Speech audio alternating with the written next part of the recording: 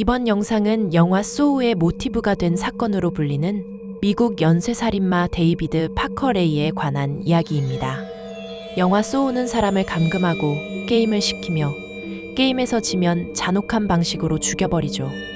소우는 반전의 재미와 게임에서 지면 일어나는 잔인한 장면으로 세계적으로 인기를 받는 작품이 됩니다.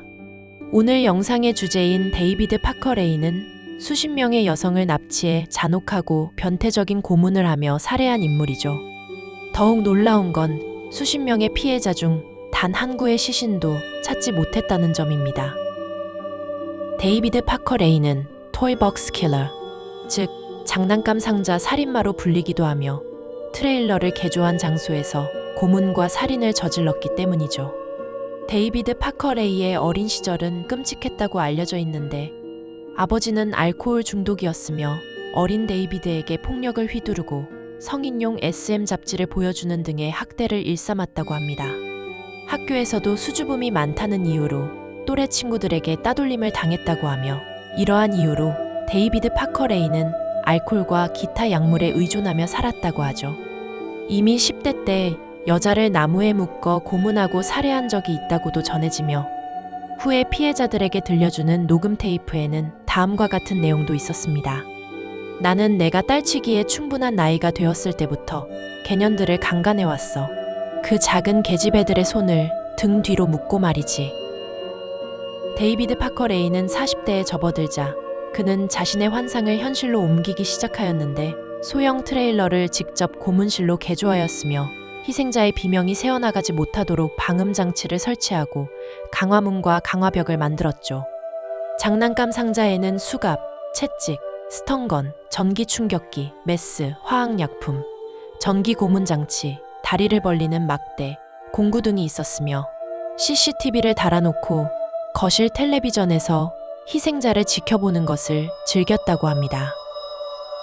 범행에는 약혼 여인 신디 핸디도 가담하였는데 신디는 후에 감형을 받기 위해 범행 사실을 모두 털어놓았죠.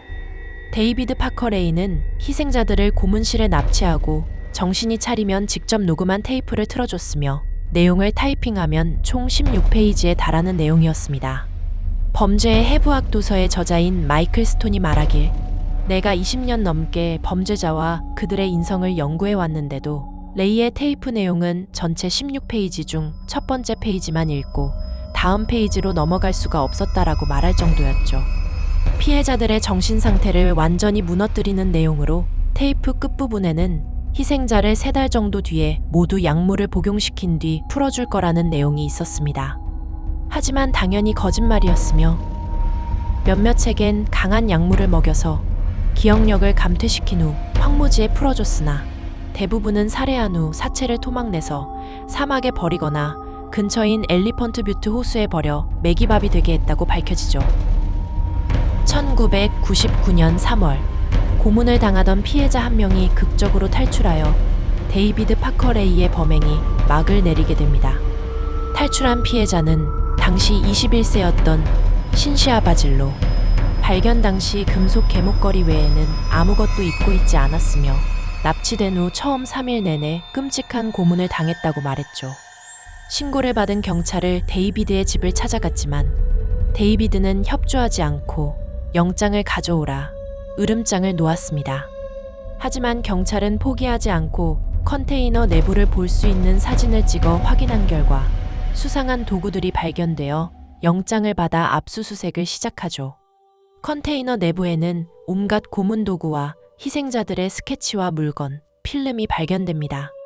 어찌나 상황이 끔찍했는지 이 사건을 담당했던 FBI 수사관 패트리샤 러스트는 수사 도중 충격을 이기지 못하고 조사 4일째인 1999년 4월 10일 귀가 후 집에서 총기 자살을 하고 말죠.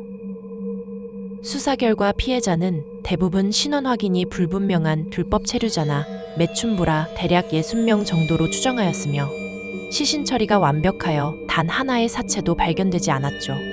데이비드 파커 레이와 공범인 신디 핸디는 구속이 되고 재판 과정에서 신디 핸디는 모든 범행을 털어놓습니다.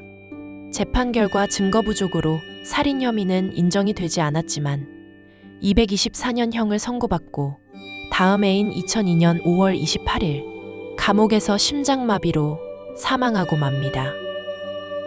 이후 생존자 신시 아비질은 2011년 11월 18일 다시 언론 앞에 나타나 데이비드 파커 레이의 범행을 증언하며 또 다른 희생자의 신원을 찾기 위해 호소하였습니다.